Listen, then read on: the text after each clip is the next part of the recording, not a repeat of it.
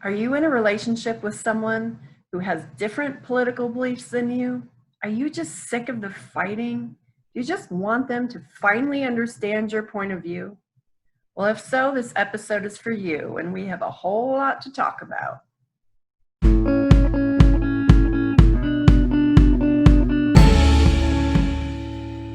Hi, everyone, and welcome back to another episode of Her Side, His Side. I'm Dr. Carol.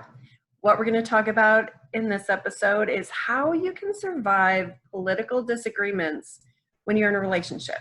Now, this could be a romantic relationship. You could be, married to somebody who has a very different political outlook. It could be dating somebody. It could even be your mom or your dad or a sister or brother or friend. It doesn't really matter what kind of relationship.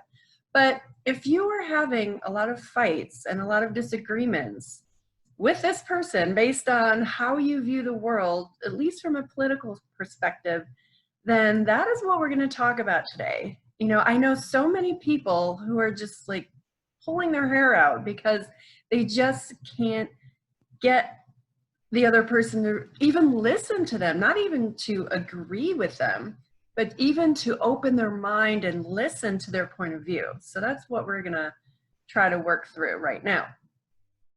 Okay, so just before we get started, I just want to let you guys know that so many people out there have their political beliefs from an emotional point of view. That doesn't mean that they're not intelligent. That doesn't mean they don't really believe it. It doesn't even mean that they haven't done their research, but I'm sure you know, as I do, when people have a very strong opinion about anything really, but especially about something like politics, they get really emotional and they get really angry if you don't, agree with them. And so it's really, really hard to talk to somebody when they're that emotional. Like, it's merely impossible because I learned that the hard way. I have a son, he's a teenager now, but when he was a toddler, oh my gosh, he just would throw these marathon tantrums, unbelievable. I thought there was something wrong with him, but there's not. His anger when he got mad, he doesn't do it so much anymore, but you literally could not even talk to him at all. And I would just have to let him wind himself down before I could logically talk to him and have him do something else. And even though that's extreme and that's a toddler, it's kind of what a lot of us adults are doing and we don't even know it. When we get so emotional, we get so wrapped up in what we think and believe and we get emotionally attached to it. And so it's hard to kind of step back and look at the logic and the facts and not so much how you feel about what you believe. So, this emotion really does, and I'm not a brain expert, but I know enough to know that it really does something to your brain. And when your emotions are running so high, it really kind of shuts down that logical part. So, if you're having trouble, whether it's you or your partner or anyone else, if you're that emotional about something, you're probably not thinking as logically as you could be because you're mad. Now, I teach communication. I teach interpersonal communication, and I also teach about mass media and how the media persuades us, or some people say brainwashes us, right? So, we can't believe everything we see in the media, and I'm not even just talking about the news. I'm talking about pretty much anything and everything because, it's called agenda setting. And agenda setting is, the media has a story to tell and they want to tell you what to think about and how to think about it. They don't want you thinking critically for yourself because maybe you will think different than what they're trying to tell you. And politicians are no different. Politicians and the media go hand in hand, and so, politicians and the media use fear so much. I mean, I'm sure it's probably not a big surprise to you. There's this saying in the news industry, if it bleeds, it leads, meaning, the more sensational a topic or more scary a topic, then we're going to lead with that story because that's the most exciting story, right? They want people in the audience to get worked up. They want the audience to, be emotionally attached to whatever story they're trying to tell. And the biggest way to do that is through fear. And, I also teach persuasion. And, the easiest way to persuade people in general is through their emotion, not their logic, but through emotion. And of all the emotions out there, the easiest way to persuade someone is by scaring them. You hear me? By scaring them. Fear. Let's face it. If somebody comes up and threatens your life, give me your purse or I'm gonna, blow your head off. Well, you're gonna give them your purse, right? Of course, because you fear for your life. So fear is a brilliant way to persuade anyone. And the media and politicians are brilliant at doing it. So I bring this up because so many of people's opinions about politics and whatnot is based in fear. Not all of them, but I'm urging you to just kind of think about what your positions are and how did you come to them? Were they based in fear or were they based in logic? I don't know, that's only for you to decide. But, just keep in mind how politicians and the media really play on our emotions, especially through through fear. Another thing we need to talk about is what confirmation bias is, okay? Now, confirmation bias is basically saying that, we have a strong belief. Let's say, I believe that the world is flat. I don't know. Most people think that's an absolutely stupid thing. Like, of course, the earth is not flat, it's round. Okay, well, I bet though you could probably go on the internet right now and find someone or somewhere, some internet site, maybe even a research study, who knows, that says that, oh yeah, the earth is flat. And the whole time they've been fooling us into thinking it's round, right? There probably is very little information out there saying that the world is flat, but you might be able to find it. So that's what I mean by confirmation bias. You can find pretty much anything, especially in today's day and age, anything to confirm what you already believe. So how do you really know that what you're thinking and believing is true if you can actually find anything to support it? But here's the thing. You can do that, but your opponent can also do the same thing, right? So yeah, I can go out and say, well, look at all this research that says the world is round. Well, who's right? Well, who knows these days, right? But this is the problem, though, is that we can and do seek out information that confirms what we already believe.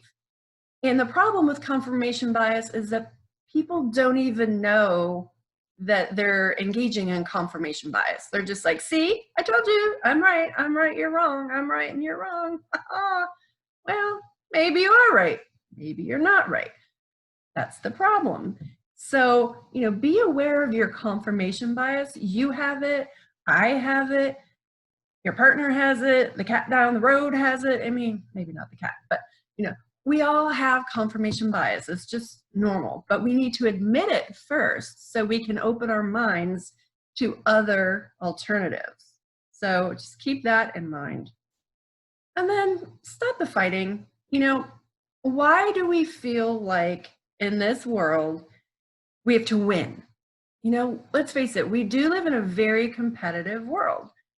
There's sports. Well, sports have a winner and a loser, right? Competition.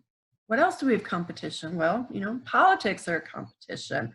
Going up the corporate ladder or climbing that's a competition. We see TV shows like Survivor that are competitions. So we live in a world of competition. So we've been programmed to think that we must win. We have to fight and I have to win and you have to lose. Why? Why can't we think that we're on the same team? When you're fighting with someone, you're on opposite teams. Why can't you be on the same team? Why can't you work together to see each other's point of view. You can't stop the fighting though unless you stop being too emotional, because that's really when a lot of people fight, when they're mad, right? You fight because you're mad, you're angry, and that's emotion. So you have to stop it and you have to just say, okay, we're going to talk rationally now about all this. So you really have to stop and listen rationally with an open mind, but they have to do it too, right? So it can't be one-sided. You both have to really commit to doing this. So stop the fighting. Call a truce. Say, okay, right, let's not fight. We do have different opinions. It's obvious. There's nothing wrong with that. In fact, wouldn't it be a really boring world if we all agreed with each other? I know it'd be boring for me. I love listening to people with different opinions than me, or love listening to people who grew up differently than me. I love it. Why? Because it opens my mind. Like, it makes me say, wow, I never thought of it like that. That's awesome. I'm not trying to win. I'm trying to learn. I want to learn from them. I want to know why they believe what they believe. In fact, a lot of people like jokingly criticize me for asking so many questions of people. And I think people think that I'm asking to criticize them, but I'm really asking to understand why they believe what they believe. I don't care what they believe. Even if I disagree with it, I don't care. I want to know like how they came to that conclusion. Like, what about them in their life led them to that belief? It's interesting because, there's always a reason why we believe what we believe. But you know what? Perception is reality. This, if you get nothing from this whole podcast, remember that. We fight so hard as people to try to prove that our perception is right, that our political belief is right, or that our religion is right, or that whatever it is, that we are right. But you know what? What is right? Lots of times there is no right or wrong. Sometimes there is. Yes, I know. Killing people is wrong. Yes. But, which religion is right? Well, you'll believe that your religion is right and someone else believes that their religion is right. Well, only God can tell us who's right, I guess. Or who's right? Republicans or Democrats? Well, Republicans will say they're right. Democrats say they're right. Well, who's really right? Well, it really just depends on how you look at things. And, people who believe Republican beliefs believe that that's right for them. And the opposite for Democrats. They believe that that's right for them. But is there really an objective measure of right or wrong? Not when it comes to those kinds of issues, there's not. It's matter like welfare good or bad? Well, it depends on who you ask, right? So perception is reality. My perception is probably different than your perception of reality, but it doesn't make either one of us wrong. It just means that this is my experience and that's your experience. And you don't want me telling you, hey, you're wrong. You should not believe that, right? You don't like it when people do that to you, do you? I don't think so. I don't like it. I don't think anybody likes it. So why would you want to deny that to other people? Why do you want to go around and say, you're not allowed to believe that? You have to believe what I believe, because you don't want them saying to you, you have to believe what I believe. So, the golden rule here, why would you do that to other people? Stop. Just stop. Just, live and let live. Why not? Okay. So if you still want to talk with the other person, which it could be very, very enlightening, do your research. Like I said in the beginning, a lot of people, they base their beliefs on emotion. And so if that's you, and there's nothing wrong with it, I'm not saying that's a bad thing. Most people do. It's normal. I do it too. I try not to, but I'm human too. And I can't say that I'm any different than anyone else, So I do try to do logical research though. So, I know so many people, like when they're engaging in a debate, and somebody says, okay, where are your facts? What facts do you have? And point me towards your sources. A lot of people are like, well, I don't know. Well, go find some facts. It's not that hard, with the internet these days. go get your facts. And, you know, facts are, well, sometimes facts aren't always real either. You know, unfortunately, you can find 10 different studies that say one thing and then 10 different studies that contradict that. So, you know, sometimes even research isn't really so good with their facts. But as best as you can, you know, find as many facts as you can. You know, again, confirmation bias comes in here, so it's tricky, but all you can do is your best, find some sort of facts that are relatively provable, or at least, you know, more sources agree, you know, like 75% of the sources you find agree that this is true, and then some of them don't, but, you know, you can maybe find a majority. And then, you know, construct an argument for your partner or your mom or whoever you're talking to, you know, say, this is why I believe what I believe. Here are the facts. Here's, you know, like, for instance, and I'm not getting political here. I don't want anyone to know what my political beliefs are because it's really not relevant. But, you know, let's just say, for instance, somebody hates Donald Trump. Okay. A lot of people hate Donald Trump. A lot of people like Donald Trump. So let's say you love Trump and your spouse hates Trump. You could say to your spouse, okay, tell me why you hate Trump. You know, like, list the reasons. Okay. And honestly, that person may or may not be able to. I'm sure they'll say things like, you know, he's a jerk, he's an egomaniac, you know, he's, you know, disrespectful to women, and list goes on. But, okay, so those are legitimate, but what are some other facts? Like, you know, ask them, like, what about his policies? What about his policies? What has he done in office that you don't like? Whereas you can do the same and go, well, here are the policies that Trump has done in office, and this is why I like them. You know, this is, yeah, you might even agree that, yeah, he's a jerk, you know, but maybe you like his policies. So, you know, you're trying to take the emotion out. A lot of people sometimes can't really list why they feel the way they feel. They just know that they feel the way they feel. So when you're trying to do your research, you know, try to understand that, you know, coming from a purely emotional point of view doesn't always help, you know. So doing research helps eliminate that, like, confirmation bias and that emotion behind people's beliefs. So not only do you, like, want to come up with your facts, like, okay, here's why I believe what I believe. Research their position too. I know you're not going to want to do that. Nobody does, right? Because what if you find something that contradicts what you believe? What's wrong with that? That's good, right? You should want to get at as much of the truth, or whatever your truth is, as you can.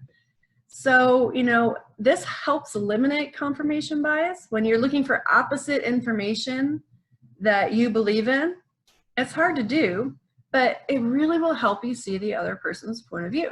You may not agree with it. I'm not asking you to agree with them, but at least you can see a little bit more where they're coming from. You know, I try to, again, I'm not better than you. I'm not saying, oh, I'm, you know, better because I do this, but I try to look at both sides of any issue, because even when I have a very clear leaning one way or the other, I want to see what the other side says too. You know, like, a lot of people only watch Fox News, or they only watch CNN. That's fine. But, you know, we all know that there are very biased views on both sides. So what I try to do is I try to watch Fox News, and then I try to watch CNN. And I like to see how both sides of the story present the same story. They're reporting on the same thing, but you have very wildly different ways of telling the same story.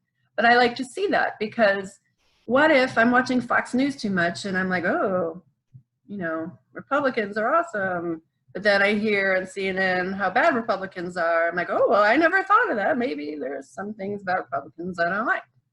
But that's the only way you're going to get a balanced view, is by researching both sides, right? So, and don't be afraid to change your mind. I mean, I think it takes strength to change your mind, you know, and open your mind. So really, engage in like a little debate with the person that you disagree with.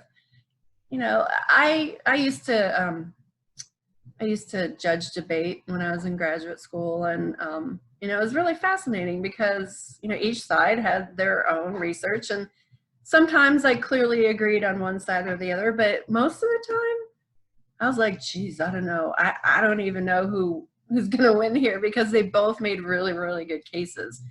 Even if I went into the debate with a preconceived notion of what I believed, sometimes I was persuaded to the opposite. So, if you take your opponent, I don't say opponent, but the person you love who has a different viewpoint than you, if you take their point of view based on your research on their side, and they research your point of view, and you have to like argue as the other person, not as yourself, that's not easy to do.